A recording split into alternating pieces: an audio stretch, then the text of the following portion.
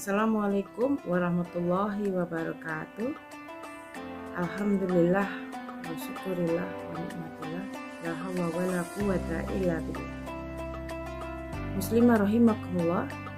Hari ini saya ingin membawakan sebuah materi tentang dakwah, nutrisi aliran darah muslimah.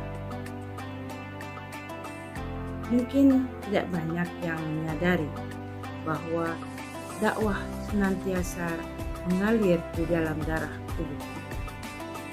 Karena secara fitrah manusia ada sisi hati dan pikiran yang dipengaruhi oleh individu lain. Di sisi lain, sadarkah kita bahwa Islam bisa sampai ke bumi Nusantara ini karena proses dakwah? Kita bisa tetap berpegang teguh pada tali agama Allah itu karena dakwah. Dakwah merupakan aktivitas rutin bagi setiap umat manusia, umat Islam khususnya terhadap umat Islam lain. Sebab Islam adalah agama yang sangat memperhatikan hubungan manusia satu dengan lainnya, baik secara hubungan antara individu maupun hubungan dengan masyarakat. Tak ada satu ideologi atau agama apapun yang mempunyai aturan semacam ini. Mengapa?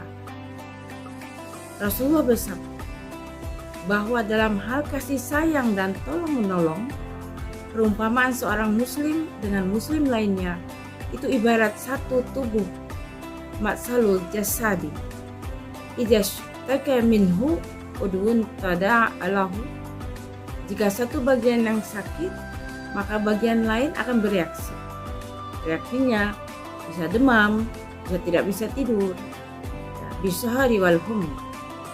Hadis lainnya mengatakan, siapa saja yang bangun di pagi hari dan hanya memperhatikan masalah dunianya saja, maka orang tersebut tidak berguna sedikit pun di sisi Allah. Auzubillahi. Siapa yang tidak memperhatikan urusan kaumnya, maka ia tidak termasuk golongan mereka.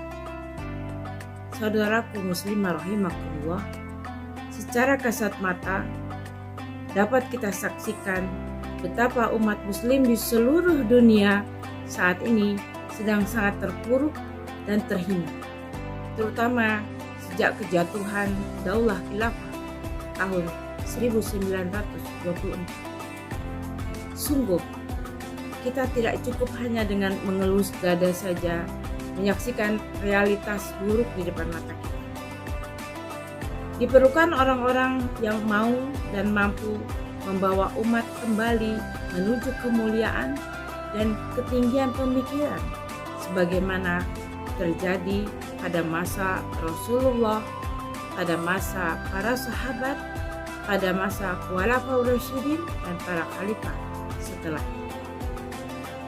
Jalan dakwah merupakan salah satu cara tepat guna yang harus ditempuh. Muslimah rahimakumullah, dakwah secara bahasa berarti seruan. Secara makna syariah, dakwah adalah seruan kepada manusia untuk memeluk dan mengamalkan Islam serta melakukan kemakrufan dan mencegah kemungkaran. Dakwah sebagai upaya mengubah masyarakat, baik pemikiran, perasaan, maupun sistem aturannya, dari masyarakat jahiliyah ke masyarakat Islam. Allah berfirman, ud'u ila sabili rabbika bil hikmah wal mau'izatil hasanah wajadilhum billati hiya ahsan. Serulah manusia ke jalan Tuhanmu dengan hikmah dan pelajaran yang baik, dan bantahlah mereka dengan cara yang baik. Quran Surat An-Nahl ayat 120. Di ayat lainnya Allah berfirman, dan orang-orang yang beriman, laki-laki dan perempuan, sebagian mereka menjadi penolong bagi sebagian yang lain.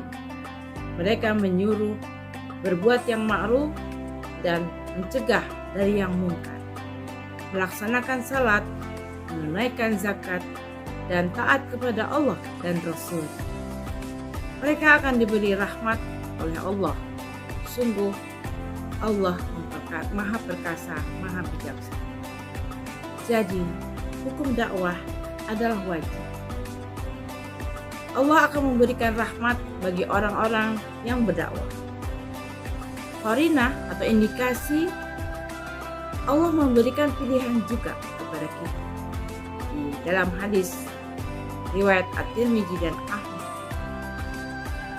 Rasulullah berkata, kalian akan benar-benar melakukan amar ma'ruf nahi munkar, atau Allah akan mendatangkan siksa dari sisinya yang akan menimpa kalian.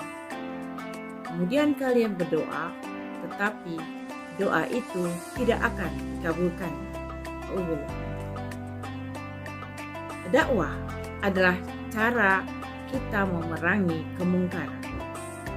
Man ra'a minkum munkara falyughayyirhu biyadihi.